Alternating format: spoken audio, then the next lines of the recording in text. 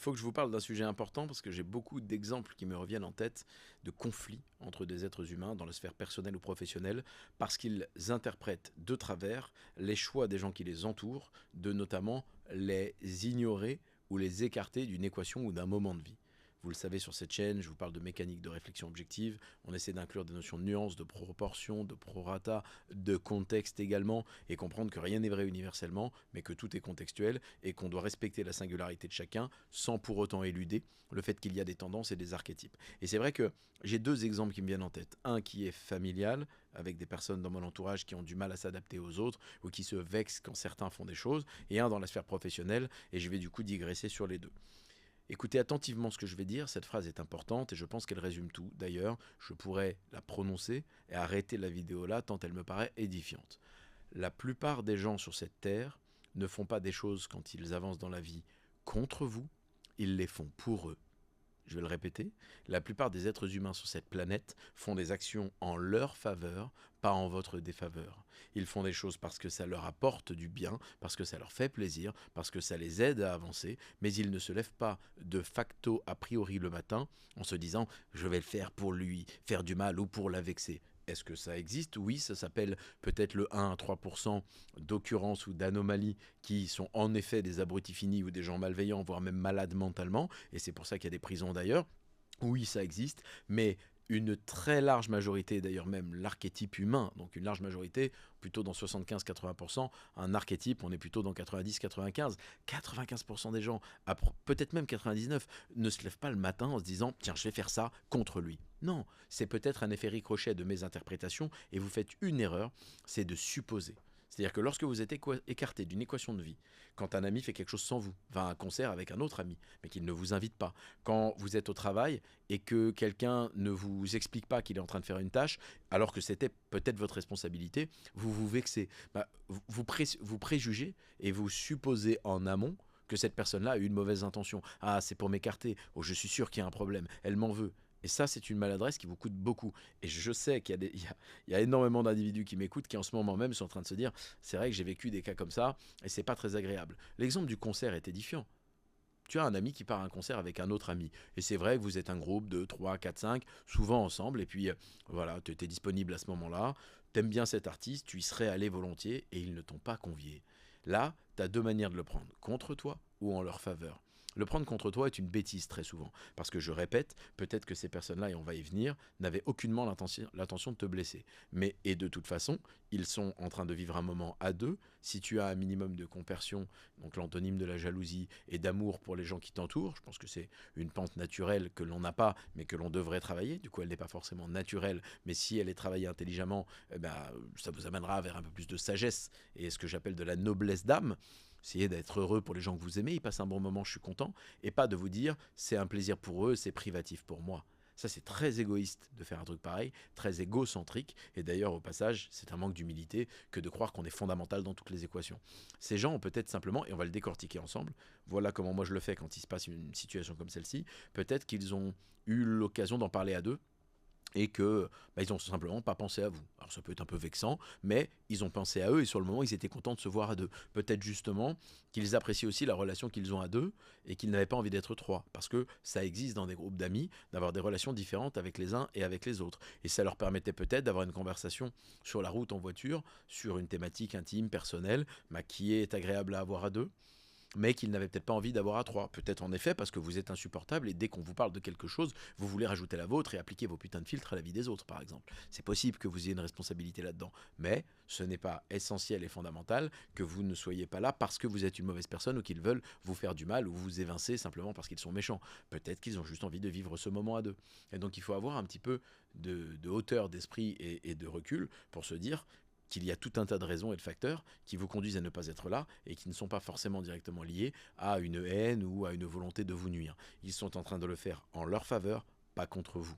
Et encore une fois, il y a tout un tas d'éléments comme la rapidité, peut-être qu'il fallait prendre des billets, il y en avait que deux, vous ne le savez pas, et peut-être ils vous imaginent occupé. Je l'ai vécu, moi, ça, par exemple, à une période. J'ai un groupe d'amis que j'ai en tête qui faisaient pas mal de trucs entre eux et ils m'appelaient pas. Et c'est vrai que ça s'est répété plusieurs fois. J'ai en tête un ami que j'ai contacté en lui disant écoute, tu peux expliquer là? Et il me regarde, il me dit Dompé, on n'ose jamais, on sait que t'es occupé, tu voyages, tu bouges partout, on se doute bien que tu n'auras pas envie de venir. Et en fait, il avait lui fait une très mauvaise lecture, il avait lui aussi fait une supposition, c'est pas moi qui le dis, hein. J'ai jamais lu ce livre, mais je l'ai entendu à plein de reprises. Les accords Toltec, ça fait du sens, et j'aime bien parler de ces choses-là. Ne fais pas de suppositions. Il en avait fait une, c'est celle de croire que j'étais suroccupé et que je n'accorderais pas l'attention à ce moment parce que je cours par monts et par vous. Là où moi, de mon côté, j'aurais été honoré, très heureux d'y être. Et en effet, à la seconde où je suis venu la fois d'après à un événement, les réactions étaient tonitruantes et j'ai vu que c'était sincère. J'ai vu les gens étaient là, oh, putain, donc on est content que tu sois là. Et ça me le répétait toutes les 5 minutes comme si j'étais une espèce de type complètement inaccessible. Et c'est pas leur faute, c'était la mienne. Important la responsabilité en tant qu'homme. Qu'est-ce que j'ai compris? J'ai compris que ma vie entrepreneuriale, vivre entre 3 endroits dans le monde, voyager beaucoup, avoir les entreprises, c'est bien mignon tout ça, mais les gens voient bien que tu es dans le momentum, les gens se doutent bien que tu es occupé. Ils se rendent bien compte qu'à un moment donné, ils se retournent, tu as publié un livre, un autre, ils disent mais il n'a pas le temps de respirer, comment il fait? Bon, moi je dors 8 heures par nuit, je fais 2 heures de sport par jour et je marche à peu près une dizaine de kilomètres par jour. Bon, j'ai des priorités. Mais il est vrai que de loin, ça peut paraître quelque chose de très effervescent et retenir ce passage à l'action qui est celui de m'inclure dans un moment de vie sociale. Et donc là aussi, ça peut partir d'une mécompréhension de leur part, voire même de la bienveillance, puisque c'était bienveillant. Ils n'étaient pas dans une position de ne pas me parler ou de ne pas me convier parce qu'ils voulaient me blesser, mais simplement parce qu'ils se disaient qu'ils étaient occupés. Et c'est très, très souvent le cas chez les gens qui prennent pas beaucoup de vos nouvelles. J'en ai parlé, je rigolais avec ma propre mère il n'y a pas longtemps. On a une relation incroyable tous les deux. En plus, on a fait le tour de l'Europe ensemble. Pendant une décennie, on a bossé ensemble. J'ai recruté ma maman en 2010 à l'époque. Donc, on a un vécu très complice. Et souvent, je lui dis, c'est marrant parce que t'as pas le truc proactif, toi, de m'envoyer un message et de me demander comme ça, inopinément, si je vais bien. Et spontanément, d'abord parce que tu me connais, tu sais que je vais bien. Parce que tu sais que je suis vraiment un homme cohérent, parce que tu me connais très très bien.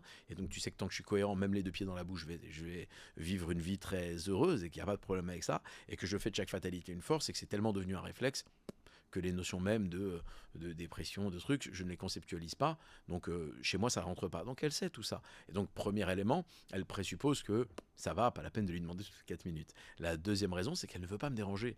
Et qu'elle se dit oui, mais bon, je vais te gêner. Et elle marche un petit peu sur des œufs parce qu'elle se dit, je vais lui envoyer un message, il va vouloir me répondre même s'il est en réunion, alors que finalement non. C'est pas parce qu'elle est la personne la plus importante de ma vie aujourd'hui que je vais tout annuler pour lui répondre. Pourquoi? Parce que je sais m'organiser. D'ailleurs, à part sur quelques conversations WhatsApp, je n'ai pas de notification sur mon téléphone. Donc c'est une digression que je fais ici pour que par transposition, vous compreniez que les gens ne sont pas fondamentalement mal intentionnés, ils sont simplement en train de faire des choses par et pour eux-mêmes et souvent même maladroitement peut-être pour vous protéger. Et c'est important que je vous en parle parce que souvent, c'est le manque de confiance que vous avez en vous qui vous conduit à avoir cette problématique-là. Vous vous sentez visé dès que quelqu'un ne vous inclut pas dans une équation parce que vous n'êtes pas confiant, parce que vous n'êtes pas confiante et au passage, je vous le dis tout droit, parce que vous n'êtes pas assez occupé. Et vous n'êtes pas assez occupé parce que votre vie, malheureusement, elle n'est pas assez dynamique. Cette dynamique, il faut la créer. Faites du sport, commencez une activité, une entreprise, un business, j'en sais rien, faites quelque chose. Donnez des cours de guitare si c'est votre truc, mais essayez véritablement d'avancer. Vous verrez que quand vous serez dans cette dynamique-là, vous n'avez plus jamais ces problèmes. Je vais faire la digression sur la sphère professionnelle, parce que je l'ai vécu aussi avec une collaboratrice qui se vexe très souvent quand on la bypass. Alors, le mot n'est pas très bien employé, puisque le bypass est un anglicisme qui signifie que l'on outrepasse son autorité pour aller faire quelque chose qui était une de ses tâches par exemple, et qu'on passe par-dessus cette autorité pour affirmer un projet ou pour le valider sans même lui demander. Ça, c'est un vrai bypass. Là, je parle pas de ça, je parle des situations dans lesquelles, par exemple, moi j'ai quelqu'un en tête qui est censé nous réserver, qui nous assiste pour nous réserver les billets d'avion, les hôtels, etc. Et à un moment donné, j'étais dans la dynamique d'une conversation avec un associé, on devait réserver très tôt parce qu'on voulait faire un tournage la veille, je suis allé moi comme un grand, parce que rajouter une étape de friction, envoyer un message, attendre qu'elle arrive au bureau le lendemain, ça allait me faire perdre du temps. Je ne sais plus d'ailleurs pourquoi, mais je l'ai fait tout de suite. Parce qu'il y a des moments où on fait les choses par soi-même et ça va plus vite. Et donc je fais la réservation. Elle s'est vexée. Elle l'a pris comme tu le fais. Moi, je l'ai fait pour moi-même et pour la vélocité parce qu'on gagnait du temps. Elle l'a pris contre elle en disant mon Dieu, tu ne respectes pas mon rôle ou alors je le fais pas assez bien pour que tu estimes la capacité de me déléguer cette tâche. Et ça a fait un monde gigantesque et je lui ai dit, il faut que tu arrêtes de prendre les choses contre toi.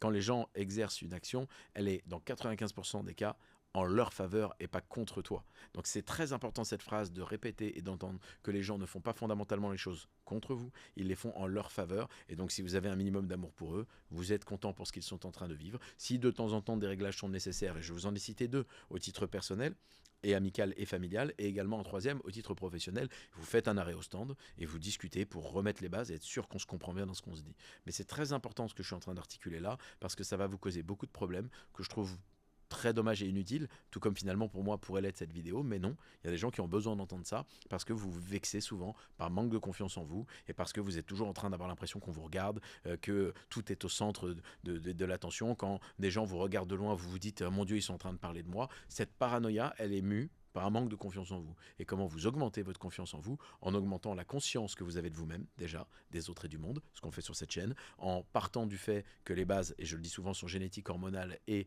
sanguines avant d'être culturelles, sociales et psychologiques, en découvrant la personne que vous êtes à 360 degrés, en mettant des barrières, en n'acceptant pas tout, tout le temps, en disant les choses que vous avez à dire aux gens, pas en parlant de Pierre à Paul, mais en parlant directement à Pierre, droit dans les yeux, et simplement vous respectant, vous verrez, ça ira beaucoup mieux. Vous vous interrogerez moins quand des gens font des choses sans vous ou qu'ils vous bypassent un peu sur le fait qu'ils sont en train de le faire contre vous. Ils sont simplement en train de se concentrer à leurs intérêts, comme beaucoup d'êtres humains. Et même si ça et là, il peut y avoir une maladresse, elle n'a pas à heurter la confiance que vous avez en vous, votre état d'être au quotidien, parce que vous avez une sérénité qui est émue par une stabilité, laquelle découle de tout ce travail qu'on est en train de faire ensemble.